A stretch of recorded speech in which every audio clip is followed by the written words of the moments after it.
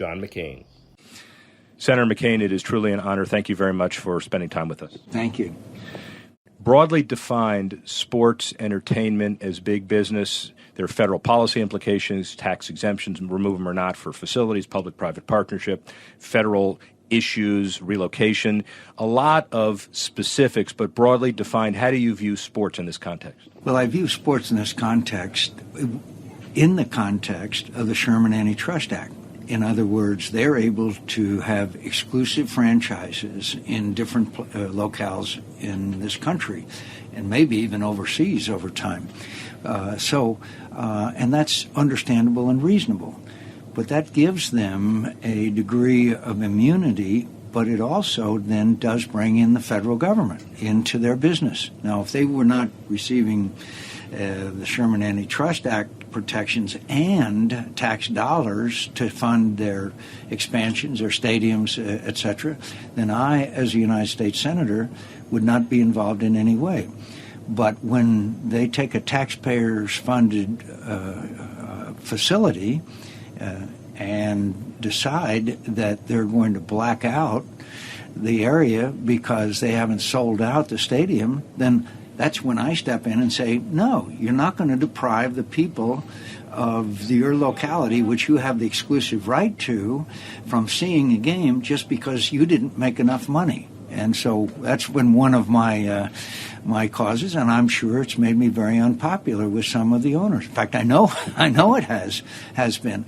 But look, it is part of America. The Major League Sports is an integral part of America. I will never forget, as long as I live, years ago when I was in a Vietnamese prison camp and they got some new prisoners in, the first thing we wanted to know is who won the Super Bowl. That was the first question that we asked these new guys. So it is, but with that kind of role that professional sports plays, they also have some obligations. And we've talked off camera about owners taking another step. Steve Ross and his initiative to end racism. It doesn't end it, but it certainly speaks to the obligations of owners, teams, leagues to be socially responsible in the broader context, correct? And that's why it was so disturbing a couple of months ago when we found out that the Department of Defense was paying money for so-called patriotic events, honoring the men and women who were serving, flags, etc. And I want to make it clear, there's a difference between, for example, here at NASCAR, the National Guard sponsors a car, pays for it. That's fine. That's a recruiting tool. But that's far different from saying we're honoring all of our veterans at halftime and here's the flag and aren't we great? The franchise, aren't we wonderful? We're honoring when they're actually getting money for it. That was a bit of a black eye, especially for the NFL. Leagues clearly take you seriously. They've taken you seriously for a number of years, and so there will be some technical adjustments as a consequence of what you've done. But again, in the broader social context, there's no better way to show patriotism than attend a NASCAR or a sporting event, I assume. No, and NASCAR is especially good at that, particularly given the average, if you look at it, middle-income, patriotic American that loves NASCAR. And by the way, I think our major franchise owners do great things. They do a lot of wonderful things in the community. We have example after example of the outreach of efforts to help address community issues, whether it be education or whether it be hospitals and places. And a lot of the athletes are wonderful, don't get me wrong. But from time to time, we have to make sure that they are doing the right thing. And you certainly have the ability and experience and leverage to make sure they're doing the right thing. I did receive a letter from the commissioner. This pay for patriotism is over. They will not allow that to happen again, and I'm very happy to know that. And that took 3 hours, 5 hours after your press conference? Not long. Not long. There's the leverage comment. Let's segue into sports as economic development, if you don't mind. We're here at PIR, the Quicken Loans Heroes 500 happening, and the other issue of announcing a IndyCar race here. So there are 3 Super Bowl dimensioned economic impact weekends on a calendar year. In this context, you acknowledge and support the idea of sports as big business development. Sports is not only big business. There's a certain prestige associated with having the four major professional sports here, franchises here. NASCAR, it isn't probably, we all agree that Daytona is probably the biggest NASCAR event, but PIR has become really very up there, and they're going to invest quite a bit of money to upgrade the facility here. And this, we have the Super Bowl sometimes, we have college playoffs, we have all kinds of great things here. But you know what the number one in attendance is every year? PIR. And people, it was interesting driving in today. It's sold out. There are people now scalping tickets.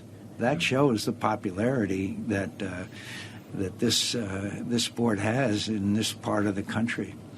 And nationally and internationally as well. So, and corporately, awareness from the kind of narrow perspective of the Valley, when you mention PIR, Avondale, Phoenix, thousands of times, it gets noticed by corporate world, but also by the world, the business world at large. It gets recognized by the business world, but it's also, frankly, a source of pride for those of us that live in the Valley and in the state. It's nice to see the Arizona Cardinals, the Phoenix Coyotes, the Arizona Diamondbacks, and PIR is if you sheer numbers, that's bigger than any of those single events.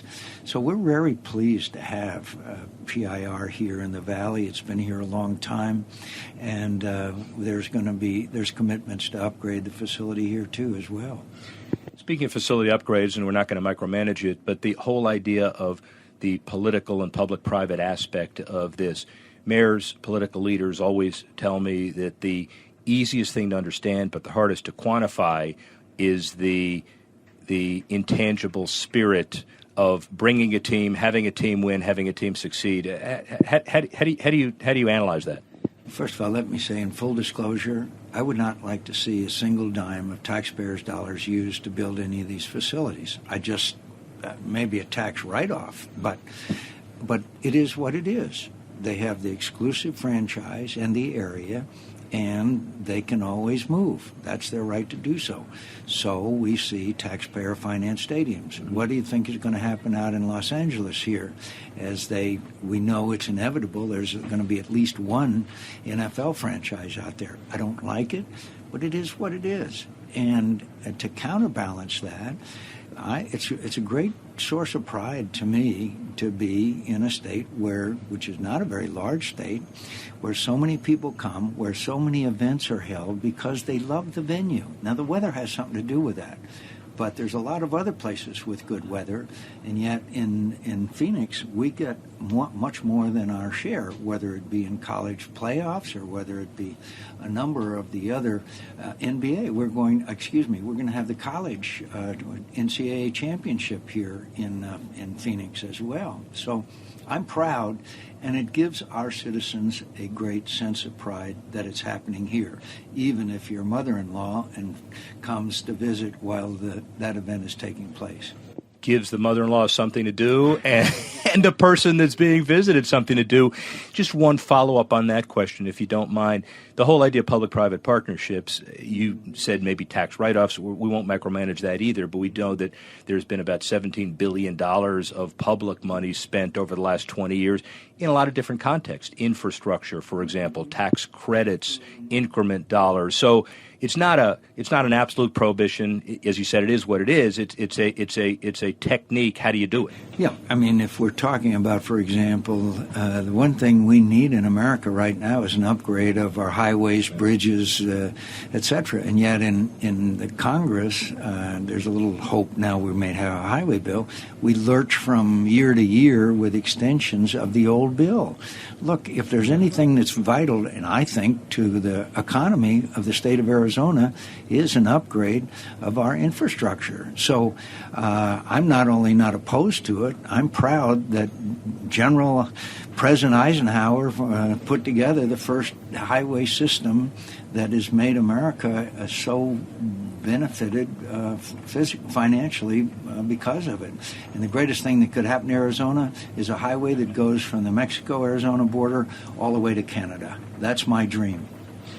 John McCain, the sports fan, obviously you go and watch as many different sporting events as you possibly can. So years from now, the plate is full with going to as many sporting events as are out there. Yes, I am perhaps the classic mediocre high school and college athlete that engaged in all sports, so therefore has an incredible appreciation for those with the talents that excel at it. And some of my heroes, frankly, Larry Fitzgerald, Shane Doan, Paul Goldschmidt. We've had some really great athletes and nice guy athletes as well. Since you've established your sports curriculum vitae and chops, and I don't take this disrespectfully, just everybody wants to know what is John McCain doing 10 years from now? John McCain is probably down at the old soldiers' home waiting for someone to come and blow the cavalry charge so I can get into the fight again. My hero is Teddy Roosevelt, and Teddy Roosevelt gave a great speech one time called "The Man in the Arena." I've loved being in the arena. Thank you, sir. It was an honor. Thank you very much. Appreciate that. John McCain certainly provides